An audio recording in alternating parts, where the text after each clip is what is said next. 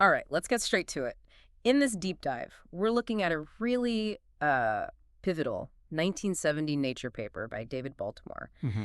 And the core bombshell, right off the bat, this paper showed that genetic information could actually flow backwards from Yeah. RNA to DNA. Exactly. RNA making DNA. It sounds maybe less shocking now, but back then, Huge deal.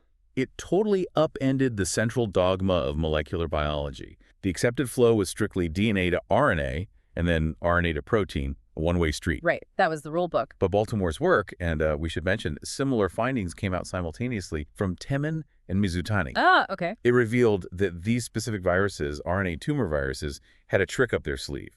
They only carried RNA, but somehow they could write their genes into the host cell's DNA. So information could travel in reverse. That's the key takeaway. That's the absolute core of it. So how did this puzzle even emerge? These cancer-causing viruses, this is just carrying RNA. How could they possibly modify DNA? It seems like a fundamental contradiction. It really was a puzzle. And Baltimore, he had background working with other RNA viruses, like polio and VSV. Okay. And he knew some viruses carry their own enzymes for replication. So he had this intuition, maybe these RNA tumor viruses also carried a special enzyme, one that could do this reverse copying. A reverse polymerase. Exactly. Yeah. And this built on earlier ideas. Howard Temin, back in the late 60s, had proposed something called the DNA provirus hypothesis. Right. I've heard of that. He suggested these RNA viruses might make a DNA copy as an intermediate step to get into the host genome. But, well, the evidence wasn't really there. It was met with a lot of skepticism. No hard proof yet. No direct proof of that DNA intermediate. So Baltimore came at it from a slightly different angle, focusing on the enzyme itself. Could these viruses actually contain an enzyme that writes DNA using an RNA template? A very direct biochemical question. Very direct. And he designed really quite elegant experiments to test exactly that. And the design itself sounds, well, almost simple in concept. Purify the virus, break it open, add DNA building blocks, see if DNA gets made. Conceptually simple, yes, but brilliantly executed. Yeah. He took purified virus particles, broke them open gently to release whatever was inside. Okay. Then he added the 4-deoxynucleotides, the building blocks for DNA, and crucially, one of them was radioactive. So he could track it. Precisely. He needed to see if that radioactive label got incorporated into new, larger molecules. And it did. He detected radioactivity becoming acid insoluble. Meaning it had been built into longer chains into DNA. Exactly. Acid insoluble basically means it's part of a macromolecule, not just loose building blocks. So new DNA was being synthesized right there in the test tube using components from the virus. That's pretty much figure one. But wait, how did he know it wasn't just some leftover enzyme from the host cells the viruses were grown in? Some contaminating normal DNA polymerase? Ah, excellent question. That was a critical control he had to perform. He couldn't just assume it was viral. Right. So he did a few things. One was using slow sedimentation fractionation. It's like separating things by how fast they sink in a gradient. Okay, based on size or density? Sort of. Yeah. And he showed that the DNA-making activity moved at the same rate as the intact virus particles themselves. Suggesting the enzyme was physically part of the virus. Exactly. Not just some random cellular enzyme floating around. Plus, he found this viral enzyme behaved differently from known host DNA polymerases. It had different preferences for magnesium versus manganese ions. Another clue, it was distinct. Another piece of evidence pointing towards a unique viral enzyme. Okay, so he's shown something and the virus makes DNA. But how did he nail down that it was using RNA as the instruction manual? Right. That's the crucial step, the RNA-dependent part. This is where the inhibitors come in, mainly shown in figure 2 of the paper. Think of them like molecular switches. Okay. He used RNase, which is an enzyme that specifically chews up RNA, when he added RNase to his reaction mix. Let me guess, the DNA synthesis stopped. Bingo. DNA synthesis plummeted. What? That strongly indicated RNA was the template.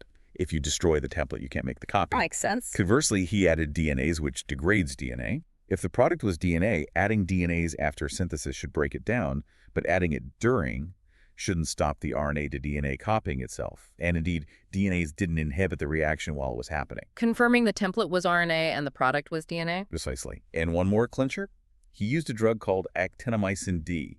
This drug jams up DNA, preventing it from being used as a template. Okay. Since actinomycin D didn't stop his reaction, it further supported the idea that the template wasn't DNA, it had to be RNA. Wow. So RNA stopped it, DNase didn't, actinomycin D didn't. That really corners it. RNA template, DNA product. Taken together, those inhibitor experiments provided really the first undeniable concrete proof of an RNA-dependent DNA polymerase activity, reverse transcriptase. And just like that, Temin's provirus hypothesis suddenly made perfect sense.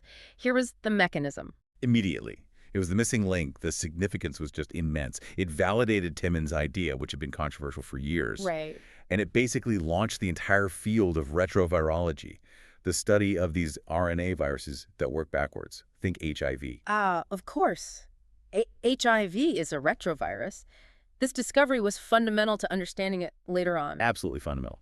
And understanding RNA tumor viruses themselves, obviously, it opened up whole new areas of cancer research. And it wasn't just about understanding the biology, was it? This discovery gave us tools, actual lab techniques we use constantly. Oh, hugely impactful tools. Think about RT-PCR, reverse transcription PCR. We hear about that all the time, especially with virus testing. All the time. It's a cornerstone technique for detecting RNA, whether it's viral RNA or measuring how active our own genes are. That RT part. That's reverse transcriptase, the enzyme Baltimore found. Wow. Okay, so that standard lab technique comes directly from this. Directly. And also cDNA cloning, making a stable DNA copy, that's cDNA, from an RNA molecule like messenger RNA. So you can study it, clone it, make proteins from it. Again, relies entirely on reverse transcriptase. These are fundamental tools in molecular biology labs everywhere. Absolutely essential. Hard to imagine modern biology without them. It's also interesting that the paper itself just lists Baltimore as the author. Seems like a very individual effort for such a huge finding. It does reflect perhaps a slightly different era of research. Smaller labs, maybe more individual investigator-driven projects. But what's really critical here is the context. Howard Temin and Satoshi Mizutani published their independent discovery of the same enzyme in the exact same issue of Nature. No way. At the same time. Side by side. Talk about a photo finish, as you said earlier. It was simultaneous, independent discovery. That must have sealed the deal for acceptance, right? Two labs, different approaches, same conclusion. Absolutely crucial. Remember the skepticism around Temin's earlier hypothesis. Yeah, lack of proof. Baltimore's work, coming from that enzymatic angle, and then Temin and Mizutani's confirmation right alongside it. That independent verification was incredibly powerful. It swept away a lot of the doubt pretty quickly and highlighted just how important this finding was. So, looking at Baltimore himself, what allowed him to make this leap? What qualities were key? Well, several things stand out. First, that cross-disciplinary intuition seems vital. He connected his knowledge of polymerase enzymes in viruses like VSV to the problem of tumor viruses, thinking maybe they carry their enzyme too. Seeing a pattern across different virus types. Right. Second, he wasn't afraid to tackle a high-risk, maybe even paradigm-challenging question. The central dogma was, well, central. Suggesting it could be reversed was bold. He accepted the risk of getting a negative result. Which is a big part of science. A huge part. And third, just sheer execution. Going from the idea to the experiments to publication apparently in just a few months, that speed was remarkable and, effectively won him that race, securing his place. That combination of intuition, courage, and speed. And it all led, quite rightly, to the Nobel Prize. Indeed. Just 5 years later, in 1975, Baltimore, Temin, and Renato Dulbecco shared the Nobel Prize in Physiology or Medicine. Sure.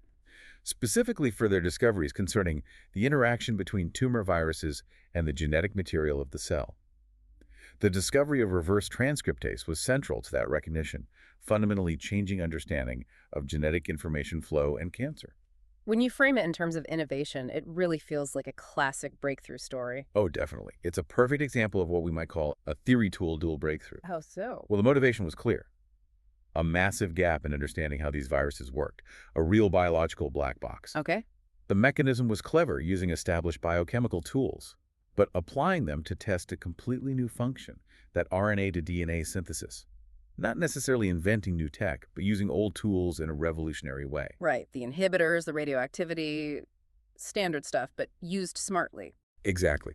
The environment shows that science dynamic, the skepticism towards Temin, the independent verification by Baltimore, the simultaneous publication, that interplay of competition and confirmation accelerated acceptance. And the individual factor. Baltimore's insight and drive, turning a possibility, maybe even an accidental opportunity in some sense, into an almost inevitable breakthrough through focused work. It's incredible how one paper can just rewrite textbooks and spawn entire industries.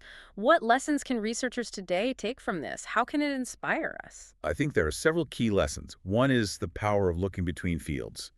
Baltimore connected insights from basic virology to cancer biology. Don't stay siloed. Good point. Another is don't be afraid to question the dogma. If the data doesn't fit the established model, maybe the model needs rethinking, not just the data. Ask those fundamental questions, Even if they seem unlikely. especially if they seem unlikely but are prompted by observation. Also, it shows that breakthroughs don't always need the fanciest, newest machines. Clever experimental design with existing tools can be incredibly powerful. Focusing on the question and the logic. Precisely. And finally, that combination of individual insight and rigorous, timely execution is still key. Yeah. It encourages us to be curious, connect ideas, question assumptions, and then design clear, decisive experiments to test those bold hypotheses. Now, if someone listening wants to actually read the original 1970 paper, which is amazing, but maybe a bit daunting, any advice? It's dense, right? It is a scientific paper from that era, so yes, it's dense with technical details and jargon. My advice would be, don't get bogged down in every minor detail in the first read. Focus on the big picture. Yeah, focus on what was the core question Baltimore was asking. Look closely at figures 1 and 2. What were the key experiments showing? How did the inhibitors work? What were the main conclusions he drew? Understand the core logic. Exactly. And remember that historical context we talked about, the central dogma, the skepticism about Temin's idea. Yeah. Knowing that really helps you appreciate why this paper was such a thunderclap. Think of it less like a textbook and more like reading the key evidence in a scientific detective story. Finding the clue that cracked the case. That's a good way to put it. Okay, so summing up, Baltimore's 1970 Nature paper, a landmark. It overturned the central dogma by discovering reverse transcriptase, showing RNA can make DNA. Mm-hmm. This explained how RNA tumor viruses work, launched retrovirology, gave us essential tools like RT-PCR, and fundamentally changed molecular biology. Absolutely. Its impact is just impossible to overstate.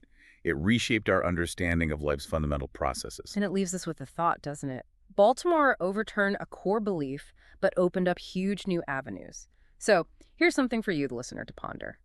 What other rules in science, things we take for granted today, might just be waiting for the right evidence, the right experiment, the right shift in perspective to be reevaluated or even overturned? A powerful question. It reminds us that science is always evolving, always questioning. Always looking for that next unexpected turn.